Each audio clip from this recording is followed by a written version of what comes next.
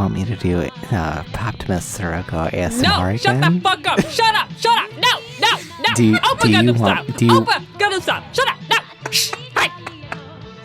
Opa Gundam Sarah, style, stop everybody. spraying Colin with the Do you water want me to bottle. put my hand on your ear? I can put my hand on your ear. There's slime pouring out of my microphone right now. I'm slapping you. This is the sound of slime pouring out of your speakers as I speak. More like Slaptimus Sirocco. Hey! Slaptimus Sirocco only. Welcome to Poppers a Gundam only. show. I'm calling it Poppers from now on. Welcome to what? What is this podcast? Who are we? Hell. Hi, my name is Colin. My pronouns are they and them. Hi, my name is Sarah. My pronouns are she and them. Hi, my name is Max. My pronouns are he and him. And? And this is the show about Gundam that you all love and choose to listen to of your own volition every week. I'm so You love sorry. to hear it. You love to hear it. We love to hear it. We know you love to hear it. Have you considered that perhaps you loving to hear it is just part of my plan? And that together, perhaps we could take a part of the podcast space for ourselves, for us to walk together between. Colin, your plan is so amazing. I would literally die for you for no reason. I want to literally die right now. Gundam's good this week, I think. I liked it a lot. Yeah. I hated it, but in a good way. The last episode was like maybe my favorite episode of the show so far. It's also, like the last episode is so good, but also I literally hate it. Yeah. Yep. Well, why don't we start making our way there right now, starting with episode 28 of Mobile Suit Zeta Gundam, the Jupitrish Infiltration. It's not the most Jupiter we've ever seen, but it's Jupitrish. And, yeah, let's go. Let's infiltrate. Remember when you're at the playground in school and like people would come up and sing, what is it? Girls go to Mars to get more bras, boys go to Jupitrish to get more stupitris. Uh-huh. I missed that part of middle school where everyone is going through puberty, I guess. But, here we are. Yeah, well, Sometimes it doesn't happen. sometimes yeah. sometimes it doesn't happen. Here's the thing. Quattro's late. Quattro's late? Why is Quattro late? I don't know. But he shows up to a meeting with Bright and Hinken, and they start talking about stuff. My favorite thing about these episodes is that, like, the first kind of 2 minutes are reserved to be, like, the Quattro sneaky zone. Like, what's Quattro getting up to at the start of this episode? Oh, where's he now? What's the reason that they're giving us this episode for why he's not in it? And what the fuck is he off doing? He can't be contained. Yeah. He's covered in bodybuilder oil, so they can't grab him. He's too slippery. Just very slippery. Yeah. Very shiny. And the thing he's being slippery about right now is that they're like, hey, what's going on? We know you came back alone. And like Quattro's like, there's a lot of rumors going around. Quattro's like, I intended to talk to you too sooner or later. The rumors are true. And the rumors that Quattro brings up is the fact that Blex is dead. The rumor come out. And that he came back alone. Which I don't think is the rumor that we're expecting here. No, yeah. The rumors of Blex's demise have not been exaggerated whatsoever. The rumors that we are expecting is the fact that Quattro Vagina is somebody who isn't Quattro Vagina. I don't think that's right. I mean, the only rumor I was expecting was the rumor come out that Black's dead. Just the only thing. Everything else, I am sure that Quattro Vagina is Quattro Vagina, because why would Quattro Vagina lie about being someone other than Quattro Vagina? Yeah, he's never lied about anything in his life. They're calling him the Abraham Lincoln of space.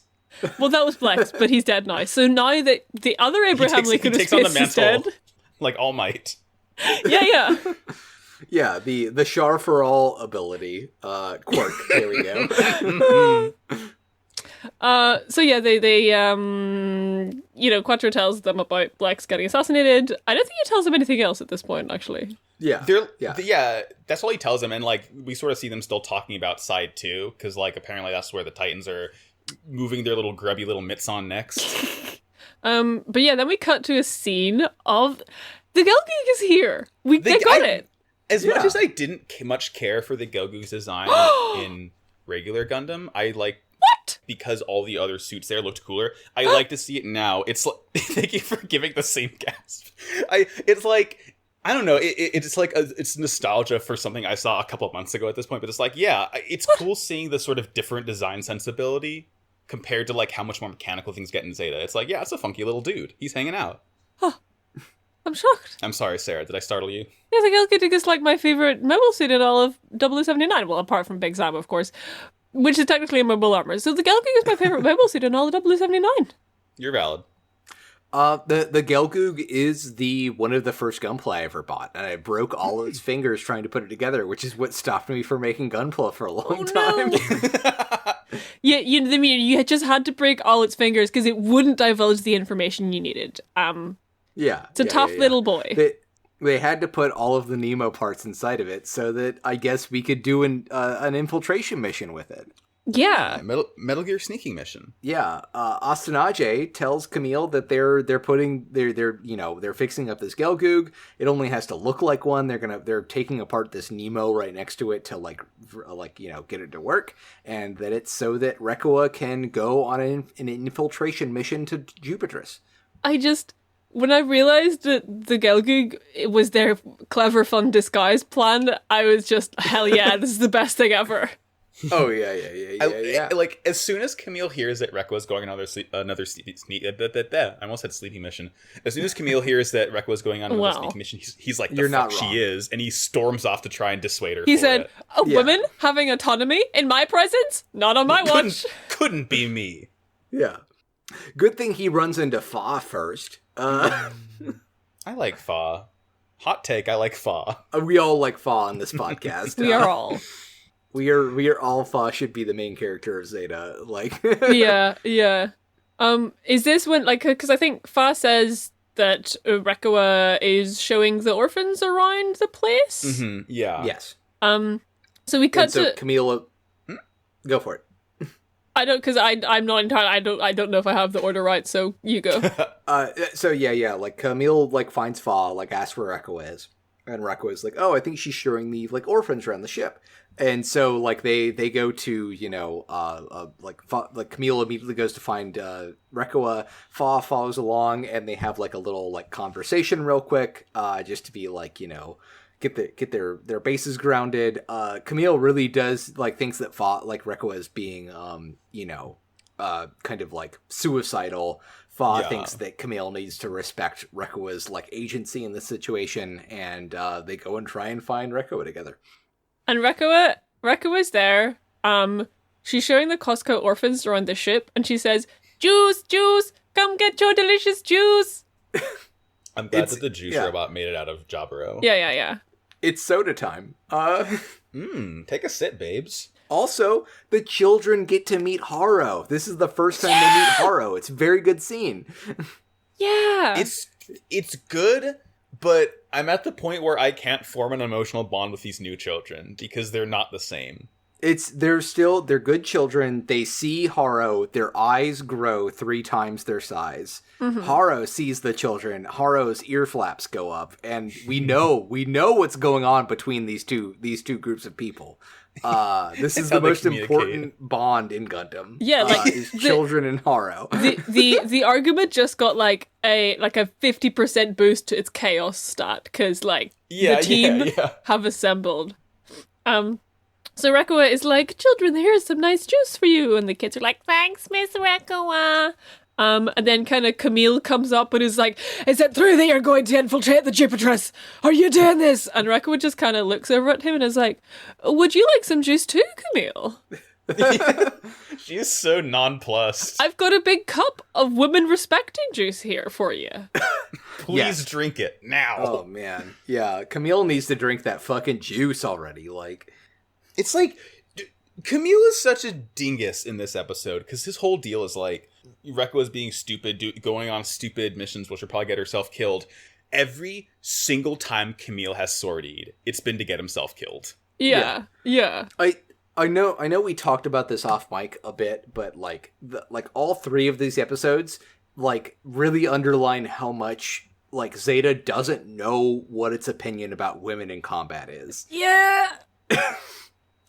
Because, as far as Rekko is concerned, like, this whole episode, as far as Rekko is concerned, it just seems like Rekko has been assigned a job. She's good at that job. She's good at infiltrating, so she's going to do her job. She's a woman. She has a job. She does the job. Plain and simple. But then just Fa and Camille, somehow, Camille definitely cannot just deal with this. Cannot accept this. Just has to police women's actions. Yeah. Like, it like, really, I know we've talked about this, and I can't wait to get more into this discussion, but, like, part of, like, this whole framing feels like it's an active site to talk about Camille and Fa's relationship, and, like, you know, the way in which Camille thinks that women shouldn't be pilots, and Fa wants to be a pilot, and they're going to drag any and every other person they want to into this fucking debate as to whether or not Fa should be a pilot. The answer is yes. But, you know, we're going to get there. Yeah. And then the other thing I like about this scene is just, like, throughout Camille saying shit, I can't even remember what he says, but Rekko just kind of, like, stares at him and, like, doesn't give a shit as he's she don't care. doing all this. She's just kind of like, Brian David Gilbert voice, you are not my friend and you have no say over what I do with my body. Yeah. It's very much, like, you know, Camille thinks that Rekkoa is kind of, like, endangering her life, for a purpose that isn't worth it. But Rekkoa's stance seems to be that you know, she is also a Quattro Bacina of the show, and whatever, we're gonna go into danger, and we're gonna make things happen. That's just what this is right now. Yeah. Bro, we are all. At some point, they, like, move from the hallways to Rekkoa's room, and, like, Rekkoa's room is the nicest looking place in the world. It is just nothing but plants. It's I love it so so many much. the gayest room I've ever seen. It's toe to top filled with plants. Like, this is like, I look at this room and I'm like, no heterosexual could do this. This is the cottagecore lesbian room of the station. Yeah, like, she's been taking tips from Emma, like. Yeah. It's a mystery that she doesn't walk in and Emma's just in the bed already.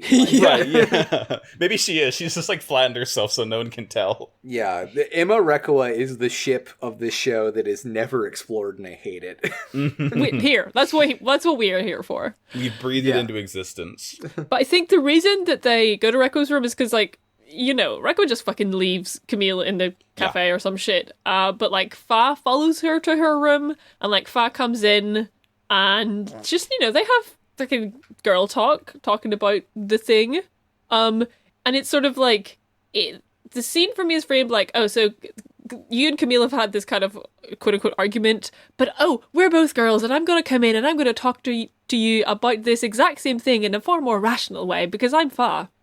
Yeah. I don't hate women. That's why I can talk about this. Rekkoa does, like flat out tell Fa, hey, listen, the reason that I want to do this mission to infiltrate the Jupitress is because I fucked up infiltrating Jaburo, and I need to get my fucking mojo back. Like, you know, I need to prove that I'm not a waste of space. I need to prove I can do my job. That's why I want to do this. Please don't get in the way. So, yeah. I have a different read on this, and it may again be a translation thing, or I may have just been, like, looking down and writing notes and not paying attention. But from what I saw, like, Fa, the one who says, like, oh, Rekkoa, so you're just trying to, like, prove yourself after your failure in Jaburo. And it's Fa that says that, and then Rekkoa just kind of looks at her and doesn't really confirm or deny, and it seems to me that Fa thinks she understands Rekkoa's motivations because that's what she would feel like. Because, like, Fa, we've seen, is always like, oh, I'm going to prove myself. She has new pilot disease.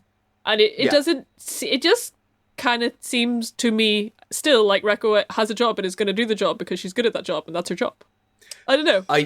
No, I definitely agree with you there, especially because it lines up with my reading of this episode of everything Fa says about Rekkoa is actually Fa talking about Fa. She's projecting. Yeah. But also, yeah, like the sub is very, like, flat about what's going on, which is, you know, typical of the Zeta sub. If they want you to really, really believe something, they're going to flat out say it. And knowing, like, I don't want to spoil anything, but, like, you know, Rekkoa has a very large arc in this show. And this is a small part of it. And I feel like definitely you can get the feeling that, yes, she does feel humiliated as to how, like, quickly and badly she like failed at Jaburo, but also that's not the whole story of it, and definitely probably Fa is projecting a bit onto that, like, you know, Rekoa wants to do well on this mission because Rekoa wants to do well on every mission that she's on, and she probably has some feelings about how Jaburo went, but I don't think it is probably affecting her decision making as badly as Fa thinks it is. I think there's a contrast between like how Rekoa is very mature about her failures, and even if she feels these things, she sort of accepts the things that have happened. And isn't like beating herself up about them. She's doing things actively. Yeah. Which I think contrasts with some of the stuff we've seen Fa do. I don't know. And to speak to sort of like more like the episode as a whole, I feel like Camille also, I mean, I don't know, every so often you sort of see Camille give Rekoa these looks of like not like suspicion, but like this like weird uncertainty that makes me think that he also thinks that there might be something else going on aside from her just like wanting to be like suicidal and doing stupid missions. Like there's definitely these like weirdly knowing looks that he gives her every so often that like makes me think that he's sort of starting to try and like deduce the reasons why she'd be acting like this. Yeah, he probably suspects the fact that she's sleeping with Emma. Right, yeah, there's no really way to know. like not to also project too much, but like, you know, as a person who has had a lot of like questions about their gender in their life, you know, Camille looking at Rekoa and like probably recognizing a lot of similar things of like really trying really hard, having short hair, you know, failing sometimes and succeeding other times, really respecting Quattro Regina, you know, probably like, I feel like anything that Camille thinks about Rekoa is probably like a way that he is judging himself and his failures in the past as well. I feel like Rekoa doing a great job. Everybody talking about Rekoa, really projecting onto Rekoa. It's the meme of I'm in this photo and I don't like it. Yeah. Yeah, and speaking about talking about Rekoa, like the next scene is Camille is in the dock. Yeah, God. And he's like pestering, is it Opoly he's pestering? Asteroids. Oh, Asteroids, yeah, because he's working on the whoever's in the dark, Camille's like, oh my god, like, have you heard about Rekoa? I've heard Rekoa's gonna go infiltrate the Jupiters. Should you be doing this? I don't think you should be doing this. Oh my god. And like the other guy is like, shut the fuck up, and like throws Camille at Fa.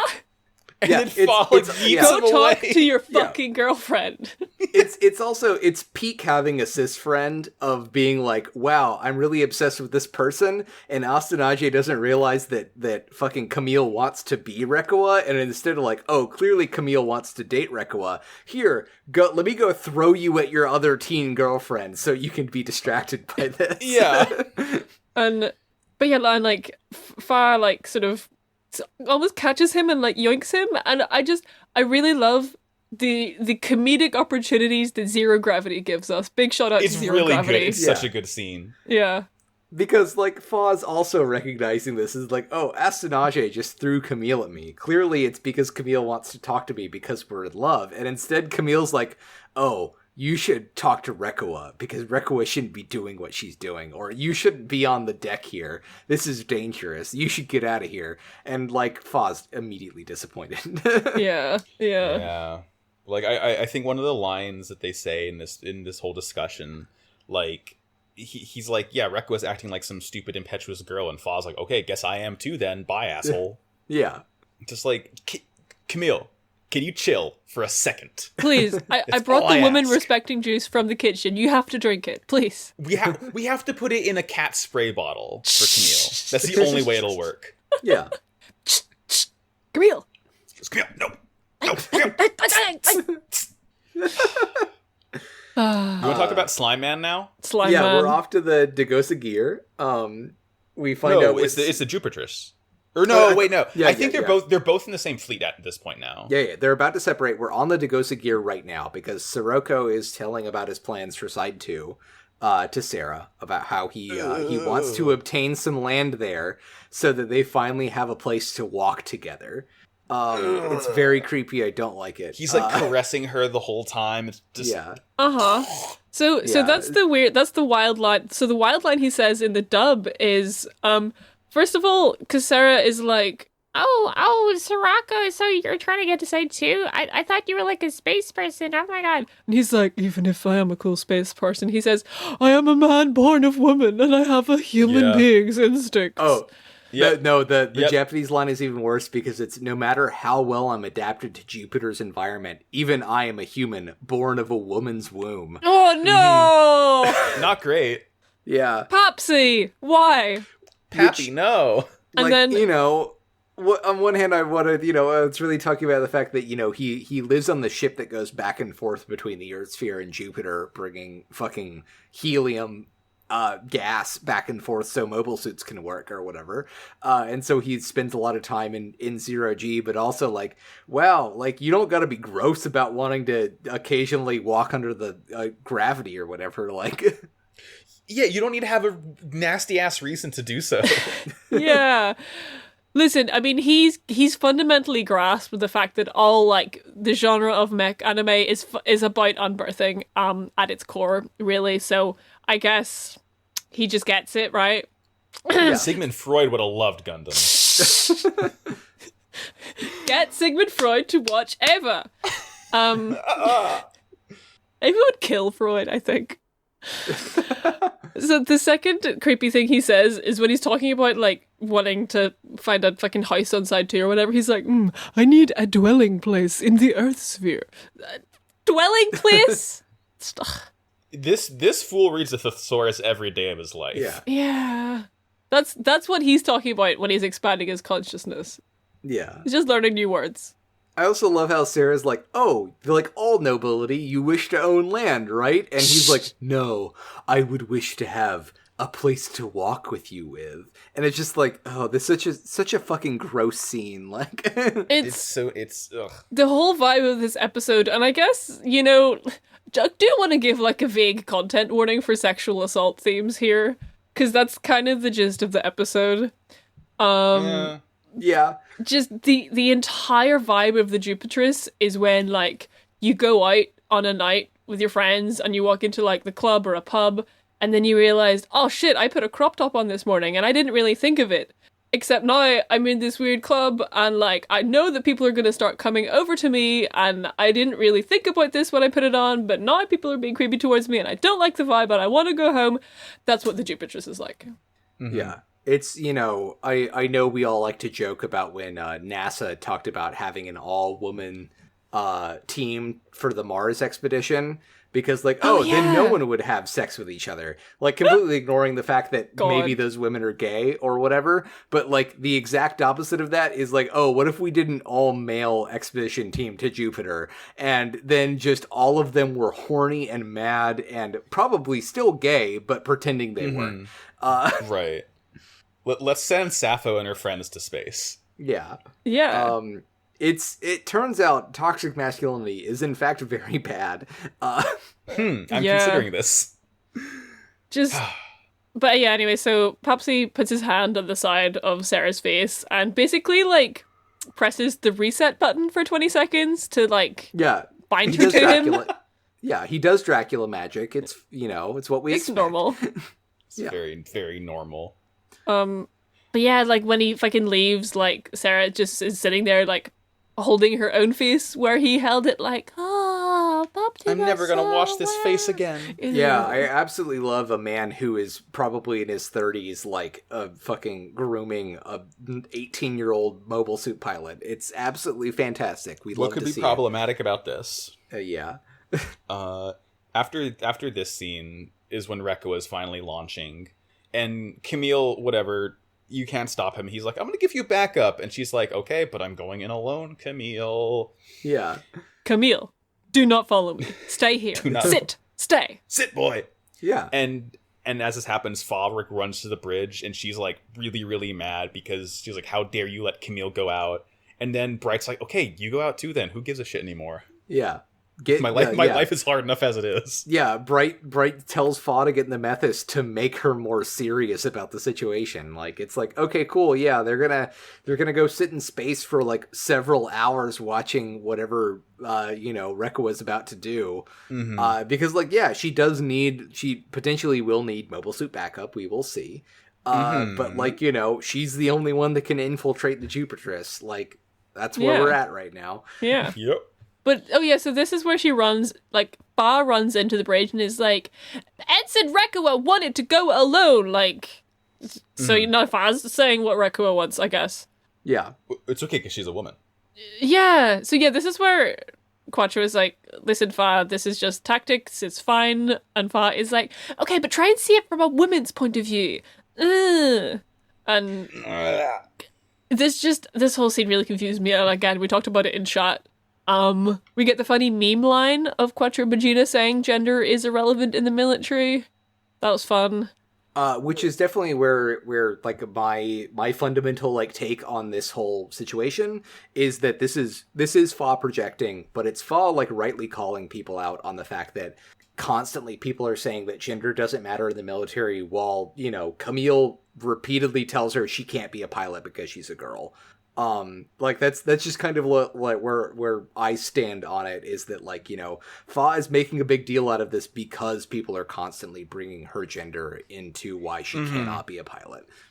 Yeah, because like you said that, you know, because Bright assigns Camille to go and provide backup for Rekua, which is a sensible tactical decision, but like, would he do it if it was Quattro going into somewhere? Yeah. Like, probably not. Because everyone would be not. like, oh, Quattro's amazing, and Quattro doesn't need backup. I don't know. It's a load of barnacles. And the thing is, if you're sending Quattro, you probably should send him backup, because it's just good to have backup. But Yeah. Well, also, like, the other, like, you know, to kind of, you know, continually add complexity to this, like, In Zeta? the comparable thing to this is that, to add complexity to Zeta, the comparable thing is when Quattro goes to check out Green Noah 1 and 2 in the first episode. And yes, he does have the Rick Dias team to go with him, but those are people under his command. Like, Rekua doesn't have people to say, yeah, okay, cool, I'm going to go to this thing. Like, Camille is my subordinate, I'm bringing Camille with me. She doesn't have that kind of authority like Quattro does. Yeah. It's just like nobody wants to take responsibility for any of this, you know? Yeah. They want to say, oh, wow, we have so many women pilots, but also they really don't give that much opportunity to their women pilots at all. Equality win. AUG sends out its first woman pilot to a suicide mission. Yeah. God. We send out Emma to do a war crime. It's fine. More women war criminals. But the last line about the scene that I want to talk about, because Fa is like, well, Rekua may be a soldier, but she's a woman first and foremost, which is the wildest shit I've ever heard in my life. Okay, Fa. Yeah. Bright says that, and I noticed this in the sub, I don't know why this stood out to me, but in the sub he says, Fa, such opinions will only matter once peace is achieved. But in the dub, Bright says that such distinctions will only matter after peace is achieved. So it's like, in the dub, Bright is almost like, gender's not going to exist until we have peace. Come on, Fa. Yeah, but also means that, like fucking Bright's totally, like, willing to say, like, yeah, women should be in the kitchen once the war is over. Yeah. Which, this is reinforced by a part of the next scene, whenever Quattro and what's-his-face are in the cable car thingy. Mm-hmm. Yeah. And Quattro just kind of looks over at, is it Henkel he's with? It's Henkin, yeah. He's with Henkin, yeah. And is like, well, you know, actually, Fa was kind of right, because, like, women will be women. Yeah. To which the immediate cut after that is Fa, and she looks over, and the two wee orphans come in, and she just, like, smiles at the wee orphans, and the scene is just like, oh, you know women, they were made for raising children, eh? Am I right? Yeah. Oh man, like, this is the complex thing about Zeta, is it very clearly has bad opinions about gender politics, but it does also leave enough room that you can read into things that Quattro will continually do of taking advantage of people. That it's kind of like, okay, there's room to say that, yes, okay, this show is showing these things are bad, while also the show is very clearly of the opinion that these things are good, that is showing it that are right, bad. yeah. Do as I say, not as I do. Yeah. It's like, we have to use misogyny to win this war. There's simply no other way, and you're just gonna have to suck it up and deal with it. Not good. we gotta. The more misogyny we use, the faster the war will be over, and we can all just go home. Yeah. Huh, what could you be referencing right that line, Sarah? So yeah, they've launched by now. The Jupiter sees I think they see Zeta on the radar. They see the Gelgoog. They see the Gelgoog, and like Sarah launches because Sarah's a little sus about it. Yeah. And Rekua lands in the Jupitrish, and like everyone is like, "Huh, you got an old model," and like they sort of investigate it, and one of the one of the Titans mechanics is like, "Hey, this is just a toy," and like he sort of goes to frisk Rekua, and she just like slaps his hand away. She's like, "I don't want to be with men who abuse their power." Like, you go, girl. Yeah, and then immediately, like, one of his subordinates is like, "Hey, listen, we did a scan of her with a totally like normal device that does scans that you don't have to touch people with. Like, fucking lay off, dude. Like, ha ha ha." Okay, because again, the read I got from that line was like, because like he tries to basically fucking grope her titty, and like his compatriot comes over and is like, "Oh man, don't even try it. Jeff over there already tried that shit and she has none of it, or she's having none of it." I feel like it's equal parts both. Like, you know, it's the guy trying to like diffuse the situation, like, "Oh, don't try and frisk her, we already scanned her," but also like, "Oh yeah, she's a feisty one. We're a bunch of dudes on a spaceship and we're fucking pieces of shit." Like, guys being dudes. And then the other thing that I want to say about this scene is that you know, Rekua is just, she's real good at just kind of selling the fact that, she got this old Gelgoog, she fixed it up, she repaired it, and I just want to say she learnt those cottagecore ways from Emma. She did. Mid-coitus.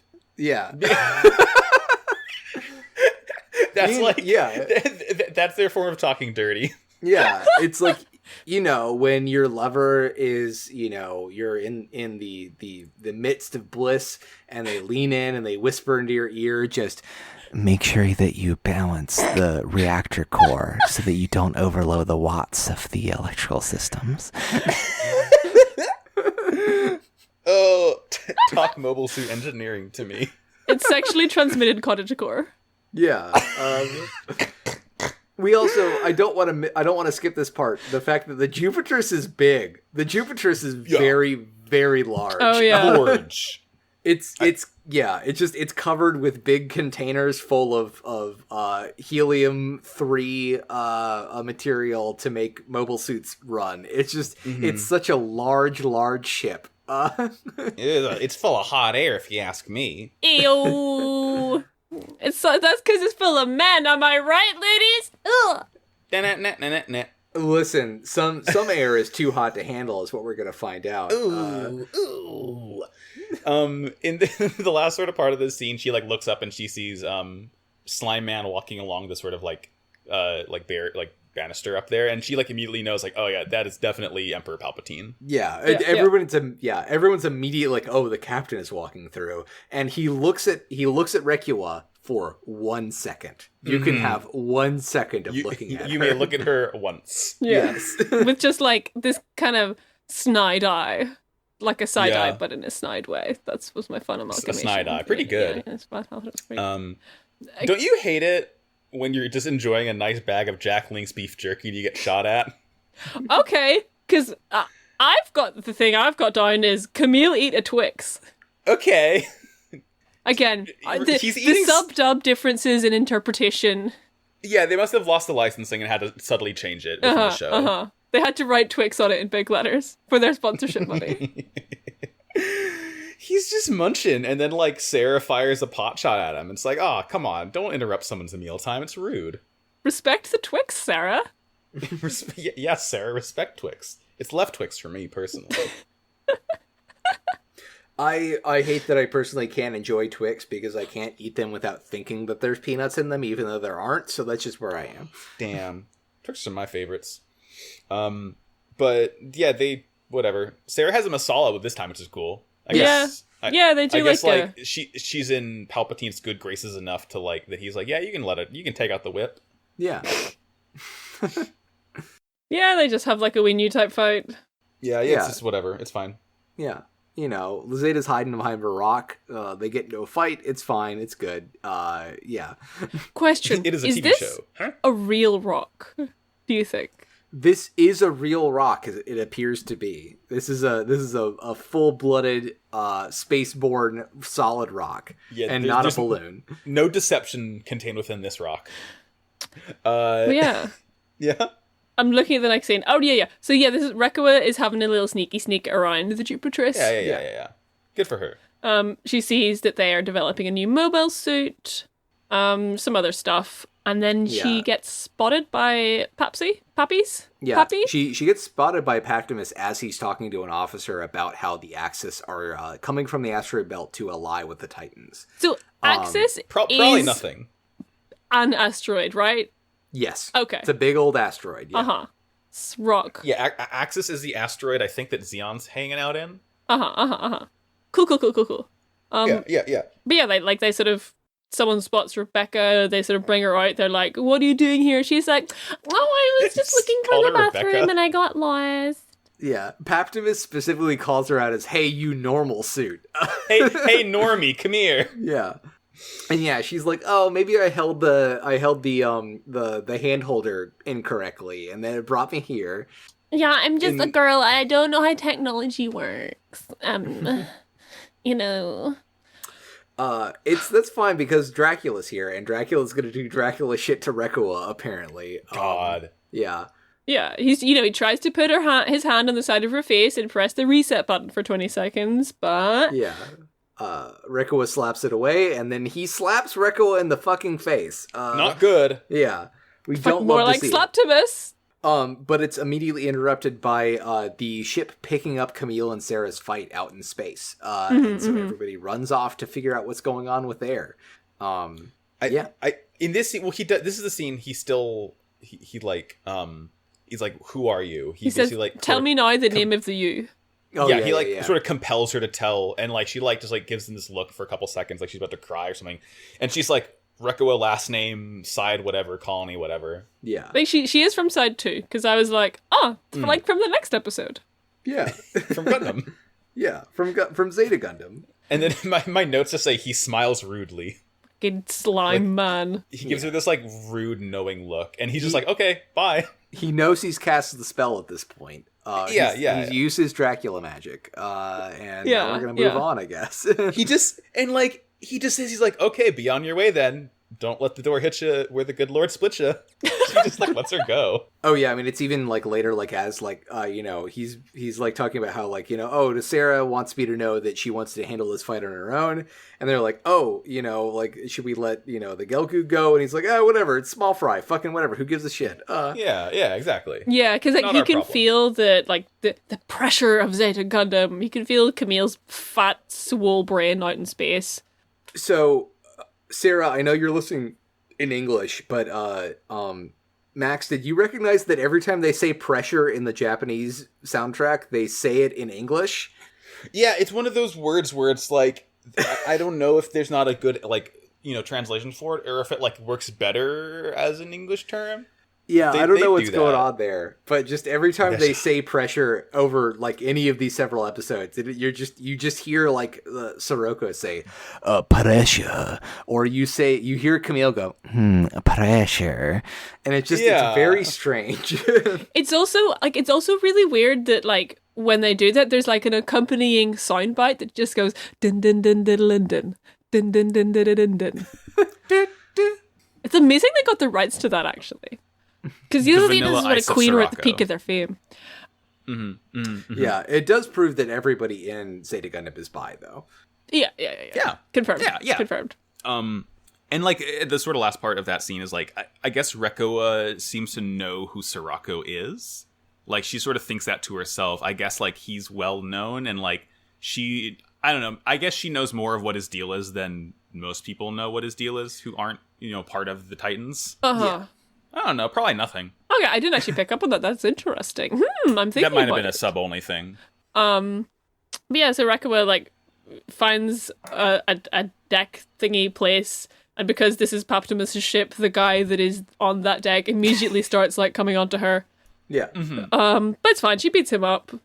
She's like, straight up knocks him out. It's great. Hold up. We are skipping a couple of very important things. One, fucking the Methus flies in. Fa just pulls out a couple of beam pistols and high noons the shit out of Sarah. Yeah. And then Fa. And then specifically Petrus does have a line of like, you know, like getting this DM from Sarah about how, you know, how she wants to handle this fight alone, and says, "You're so adorable, Sarah," which that one immediately threw up in my mouth. Yeah, I had to hear the voice of Optimus Sriracha say the words of "You're so adorable, Sarah," and I said, beans. Oh.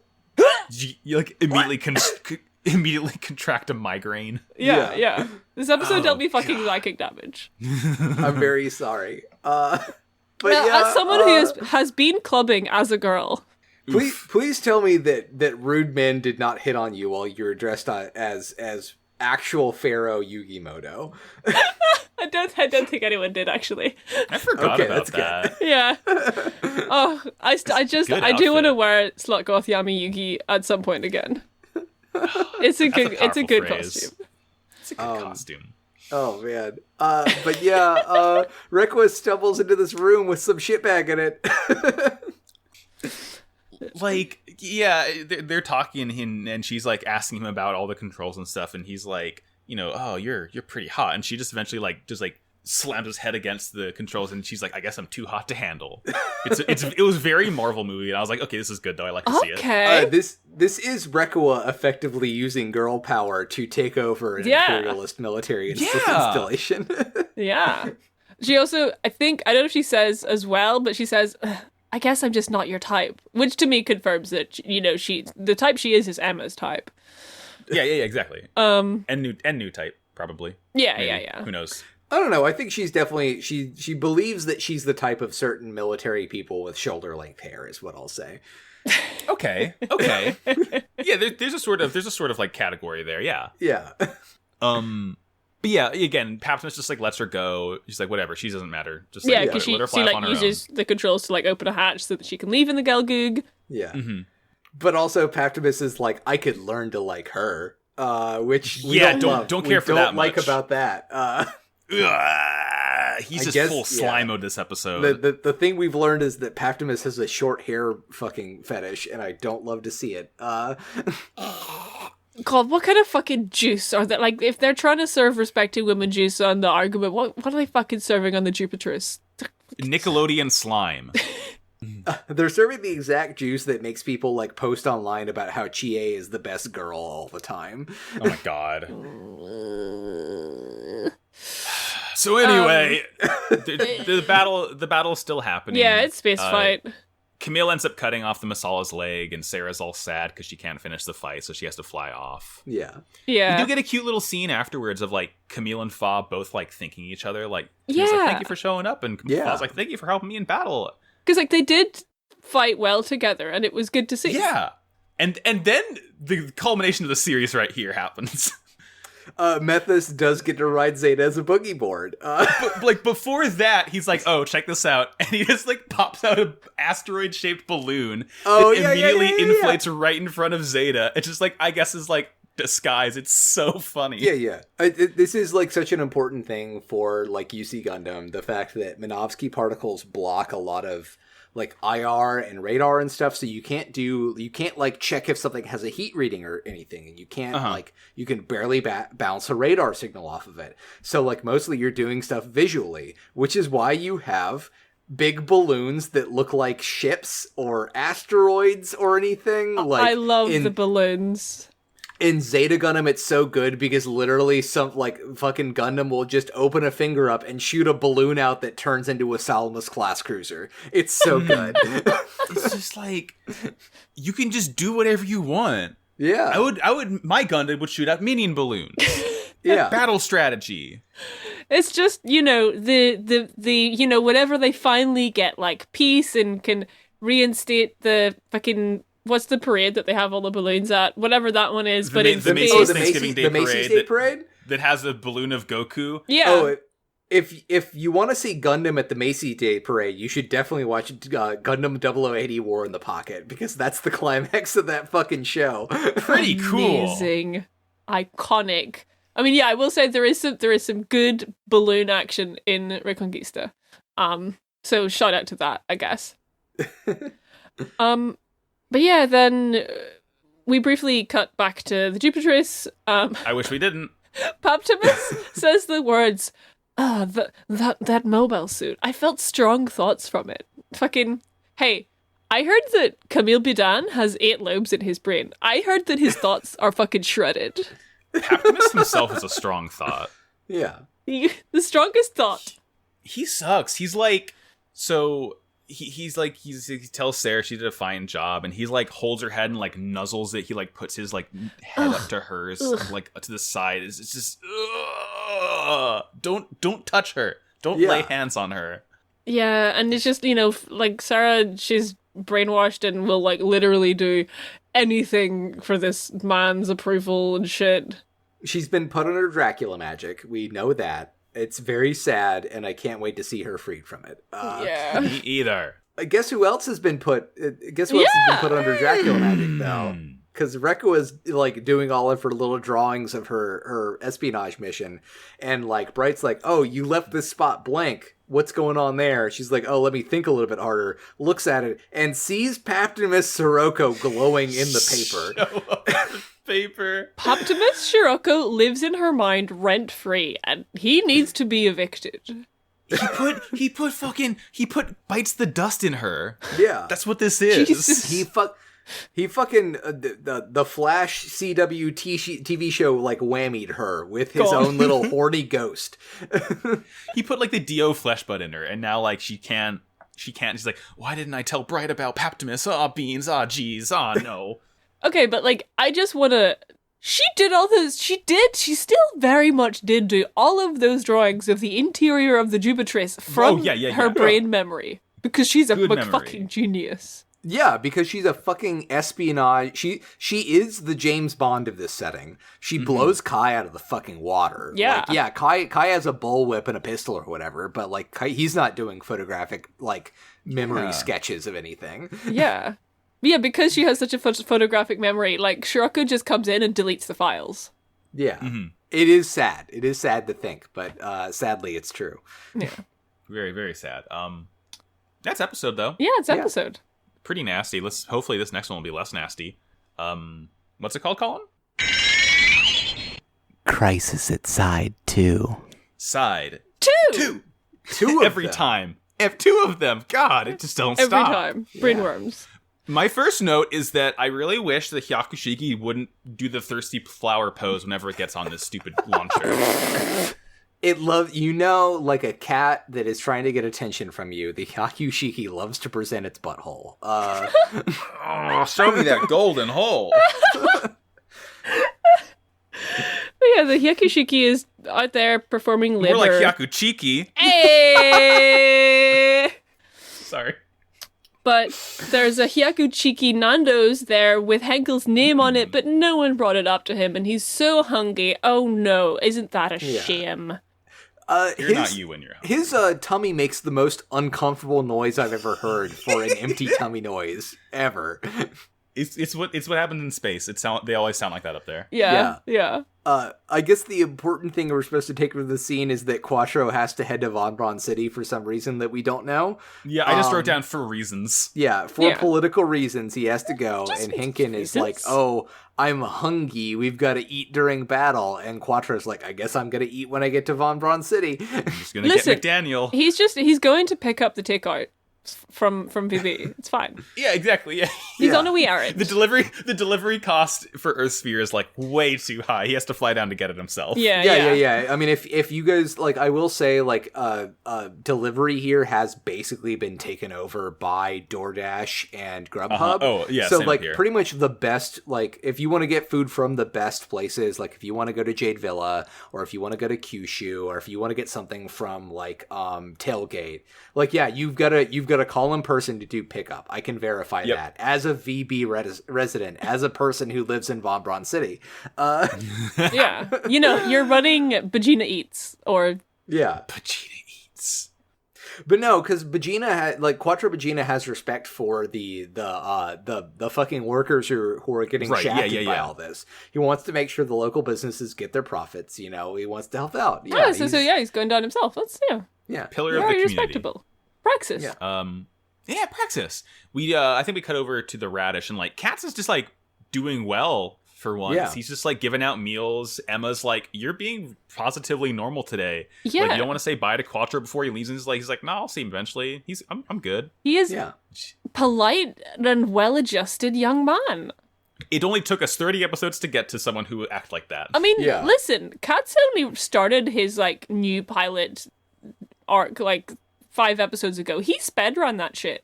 Yeah, he really fast tracked. He found a skip. Yeah, he found a skip. Well, the skip was getting advice from Quattro Bagina because he immediately quotes Quattro with "Time spent worrying is time wasted." Yeah, you know, he reads poetry. Yeah. And then we sort of the next scene, much like how the new orphans are the sort of great value versions of the orphans from Mobile Suit Gundam. Hankenberger is like the great value version of Brightburger. It's fine, but it's not the same. Yeah. It just doesn't. You can tell that it's just not original ingredients. You don't know what's in this thing. Yeah. These aren't This isn't grass-fed beef. We don't know what this is. Yeah, the lettuce is a little too wilted. He only has like a single ring of onion on there.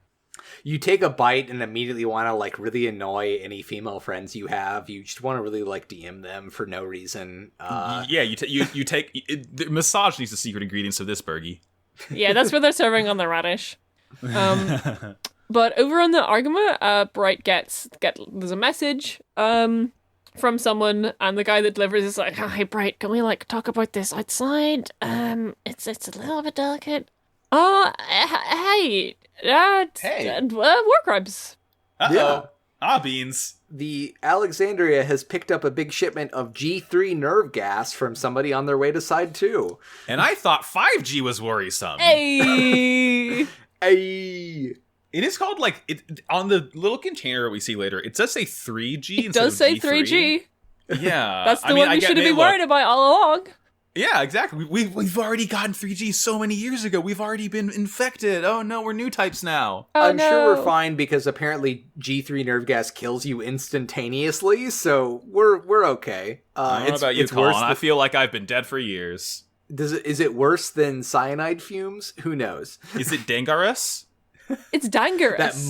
That mummy fuck. I'm glad that you got that, Colin. See, we're the unproblematic Star Wars fans here. Yeah. All right. Okay. So yeah, we cut over after this alarming news. Everyone's like really, really busy maintaining all the suits. Like Asanage mentions how it's like, you know, all of our free time is spent fixing these bad boys up because we got so many of them and all we do is fight anymore. This is so sad. 100 likes. And then so someone take this next scene.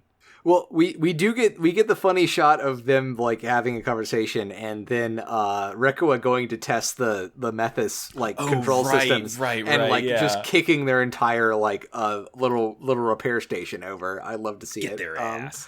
Yeah, it's cute, and they're like, "Is it working?" And they're like dangling, they're like, "It's working."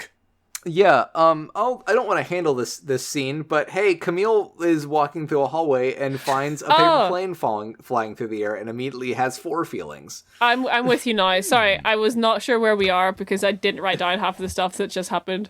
But I do remember the paper airplane. Yeah. You got to take this whole scene, Sarah. Yeah. Okay, because this is the best scene in the entire show. This is the best scene in the entire show.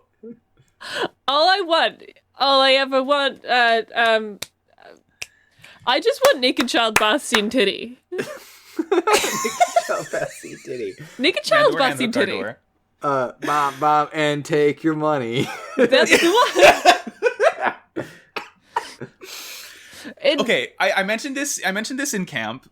I mentioned this in chat. When you're a camp counselor, about once or twice a week, you'll see a kid running around naked, and you just gotta deal with it. Listen, this hit me like so deep down in my soul. It's fucking normal. Oh, okay, but Max, how many times while chasing down a kid naked at camp, then you immediately run face to face with one of your fellow camp counselors also naked? Okay, yeah, can't say that's happened to me as much as often as the previous situation. But yeah, it's the bath shenanigans scene, like from Gundam, that we all know from Gundam. From Gundam. And just, the kids are naked, they're running around at the speed of light. Just in this scene, Camille's face is just so animated. They did so much animation in it. I feel like our private chat is 90% just Camille's face from this scene. Yeah, yeah. You could fill up like 4 Discord servers full of emojis of all the Camille expressions in this scene. And we will. But yeah. Actually, yeah, remind me after I eat dinner to make an emoji out of a Camille face, because I will do that. Okay. But like, Fa is, this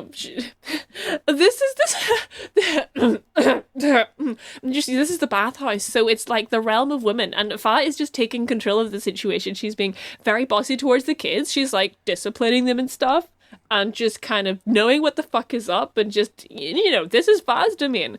Camille is just kind of impressed at how quote unquote tough she is being towards these kids. Yeah, that's the reason.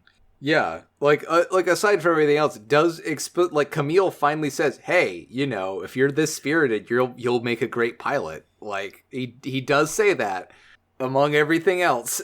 Yeah, but to which Fa's response is like, I already have the qualities to be a great pilot. Why couldn't you see them before pitch? Like before she does that, we get there's like an amazing little shot of like Fa kicks Camille out of the bathroom while she sort of gets the kids dressed outside, and we don't see her doing it inside. All we see is just Camille outside and like all his reactions to the noises of Fa yelling at the kids, and it's just so good. It's so good. At one point, like, he's like sort of trying to like peek in, and she walks up and she says, "You have the look of a pervert." Okay, she doesn't see that she doesn't say that in the sub. She just slaps him in the face for staring at her titties. Yeah, because he like, I forget what the exact quote he gives is, but he like looks down and he's like, "Yeah, I can help you with something later," and she just like completely just like whaps him in the face, and he has like the funny red handprint there. Just such a good scene. It's like, it's very much like, it's the comedy slap as opposed to the bad war crime slap, but also like this is a non-problematic slap. Yeah, it's like, really, Camille, you are dating this girl. It seems like if you asked her to see her titties, she would show you them, and instead you're trying to do it covertly, and it's just, you don't respect her. Like, yeah, and it's like, Gundam is really good at doing like horny jokes that are like actually funny instead of just pervy and creepy. Like, this is it's simply funny.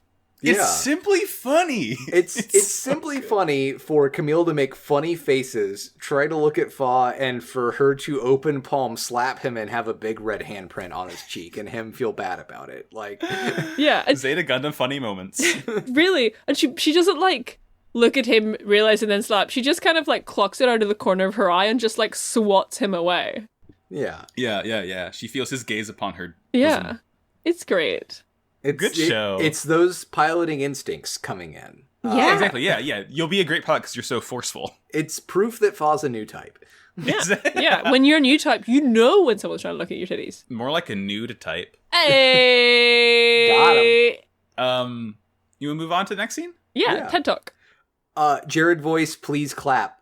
He's the teacher now. He gets to do it. He gets to lead the class finally.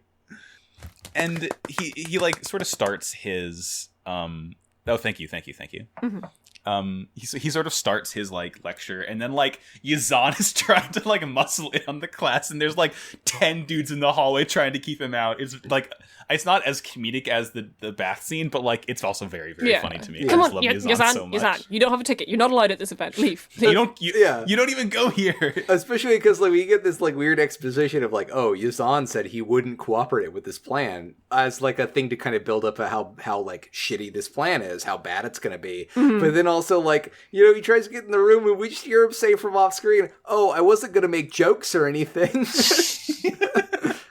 In the dub, it's I wasn't gonna heckle or anything. Yeah. Twix heckle, my favorite Gundam character. Yeah. Twix heckle. Unfortunately, the contents of the talk are slightly problematic, just a bit. Maybe Yazan had a good reason for not wanting to participate in the plan. Yeah. Jared does have some problematic opinions here. Yeah. It turns out that if you want your enemy to surrender, a way to do that is to do a war crime and destroy an entire city. Because even God would approve of this operation because it will kill many people, but it will save so many more. It's like the bastard's trolley problem. Yeah. Yeah. It's just and like Jared is all in on this, and Moar stands up and she's like, "Hey, I love you. This plan sucks, dude." Well, it's a little bit more problematic than that because she's just like, "Hey, isn't this against the treaties that we signed?" And everyone's immediately like, "Oh, the Titans took over the Federation, so treaties are null and void at this point." I am looking away. Yeah. I pretend I do not see it. Yeah. But oh god. yeah, basically they want to just kind of obliterate Side 2 in the most horrific and brutal and bad way possible so that everyone will know and see that they're very strong and that everyone will surrender to them. So that they can all just stop fighting and go home earlier and have a cup of tea or whatever. And so it's good, actually. And the thing that really shows that Jared has a good has a tactical head on his shoulders is this isn't even the main part of the mission. While they're trying to get Ayug to surrender by killing an entire colony, Grips is going to go and invade Granada. 'Cause, why not? 2 of them. Plans. The Titans are problematic, methinks. Yeah, they're not the greatest. Not the greatest. And then we sort of cut to like the operation is beginning already. Yeah. And like a dude who immediately rockets up to like the "I hate your guts so bad" rankings is the mayor of Side 2 here. Yeah. Oh god, yeah. Because like it's starting, right? They sort of know what's gonna happen. Or they know like that the Titans are attacking. And the mayor's like, forget Ayug, we need to ally with the Titans now. Like Ayug's not gonna protect us. They have like 2 ships. And this dude is like just like a total scumbag. Yeah, he's just like, get me the Titans on the phone. I need to suck up to them immediately. Mm. Yeah. Not to continually say, hey, let's not leave this little nugget behind, but also let's not forget that between these two things, Moar does confront Jared after the meeting and it's like, hey, why are you doing this? And Jared does explicitly say he's just satisfying grudges from people who died in combat. Oh right, yeah. Okay. Interesting. You're allowed to do war crimes if you're avenging your dead buddies. Yeah. It's what Kacker Khan would have wanted. Yeah, but then with that context, let's cut over to the mayor then commanding his aide to shoot like one of the station commanders so that he will get somebody willing to send a message to the Titans for their surrender. Yeah, because like the guy stands up and is like, listen, like, I'm not going to call the Titans. Everyone knows that they don't negotiate. And he just fucking gets shot. Yeah. Pretty bad, I think. Yeah. Yeah. We see there's an asteroid. Oh, but wait, it's not an asteroid. It's a ship disguised as an asteroid. Do you think it's just another gigantic balloon, or did they actually put rocks on it this time? We'll never know. We'll never know. Yeah, we'll we never certainly know. won't know later in the episode. I don't think so. Yeah. Things will not pop off later on. Yeah, my notes just say war crime battle. Yeah, war crime battle. Is what it is. Did you see Zeta's big gun? Zeta has the biggest gun. Zeta has this big gun now. Okay. I would argue this is it's kind of a beam bayonet. Okay, yeah, it's like you don't know at first because you just see big gun, but then later it's like big gun's trick, and then you clap like a trained seal. I clapped like a trained seal, I have to say. Yeah. It's just like it's you don't really get to see because it does this sort of like canned Zeta transformation footage as it flies off. Where you put that gun? Yeah. It kind of like it fits into the body of the Zeta as kind of like, because like Mass Effect like ships are all built around the idea of they need to be really long to fit a big fucking like railgun inside of them, and it's kind of the same thing. Like Zeta folds up and the gun is just inside of Zeta now. There's a gun-shaped hole inside its heart. Yeah, there it is. There it is. Yeah. Mayor is like trying to surrender, but they're like, do not let that man surrender. We have to kill these people. We have to do war crimes. We gotta do it. Yeah, the commander of the Alexandria literally says, oh, really? I think that the thing that you need to say is that the Minovsky particle interference was too heavy for you to get any kind of response from the colony. Yeah. Oh, he's not home right now. The mayor of Side 2 can't come to the phone right now. Yeah. God. It's about to be dead. We see, Jared like sticks some 3G canisters under the side of the colony. The mayor is like, someone's like, oh, we should shoot it off, but that might destroy the colony. But then if they leave it on and try and negotiate, that's also might destroy the colony. Things are pretty shitty. Yeah. You Jared's know- fucking up some Nemos, just Good for him. it's a bad time, yeah. Yeah. As it turns out, though, Camille does use the big gun to pop the big comically sized asteroid balloon surrounding the Alexandria. Yeah. Oh. Just boop. And he's like, he's Yeah. aiming the gun, and like Rekawit is there, and he's like, no, Camille, that's like way too far for you to shoot. But he does the dang thing. He does it.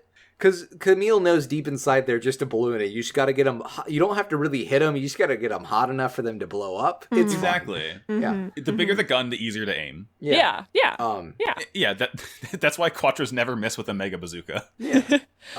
Emma launches to take out the gas, and then Katz follows up to defend behind her, and we get the single best text in the show. Uh-oh. Dangar. Dangar. Dangar. Dangar. And like, not only is Dangar. it has it, and then like the text glows and bounces off as like Camille like I guess gets the vibes of like this is Dangarus. Yeah, Yeah. his new type, there's these new type flashes, and he goes, oh, Dangar. Dangar. The mummy. This episode fuck is gonna be out called here. Dangar. It has to be, I think. Yeah. Dangar is my other Gundam name. Pigma Dangar is a valuable member of Star Wolf. Okay, I mean, look, nodding my serenely. favorite bounty hunter is IG-88, but Dangar is pretty good too. That mummy fuck. Yeah. We do know we they're as everybody's getting ready, Kum and Shinta are hiding in a normal suit that Faye comes in looking for them in, and they're just kind of flapping a single hand. It's very good. Okay, It's Colin, really funny. I'm raising my hand. What are the orphans' names? Because I kept hearing those sounds, but I could not coalesce them into words in my brain. So Kum and Shinta, QUM and SHINTA. QUM. Yeah, Kum and Shinta. I like a kumquat. Yes, or like a Kum Kum Lord. I like the Pomeranian. Yeah, the Pomeranian Kum Lord. Yeah. Yes. Cool, yeah, they're really cute. I love a kid for some comic relief. Mwah. It's a funny. They're like, it's like sort of like wobbling in the normal suit. I like. Yeah. It's just funny to me that, like, I mean, it makes sense why they don't have like small size normal suits because kids grow so fast. But it's just like you don't have anything for kids. Yeah. Oh. They could at least it's- have like a child orb. They do take the helmet off, and immediately you see two pairs of Looney Tune It's eyes very inside of cute. it. Yeah. I like that a lot. Bubbies. Bubbies. Yeah. We during this fight, Jared and Camille have once like their 10th battle at this point, probably Yeah. in like the shell of a colony that was under construction. Yeah. And then this is Big Gun's trick now. Yeah. It's just Beam time. what if the gun was a sword? What if it was Squall Leonhardt from Final Fantasy VIII?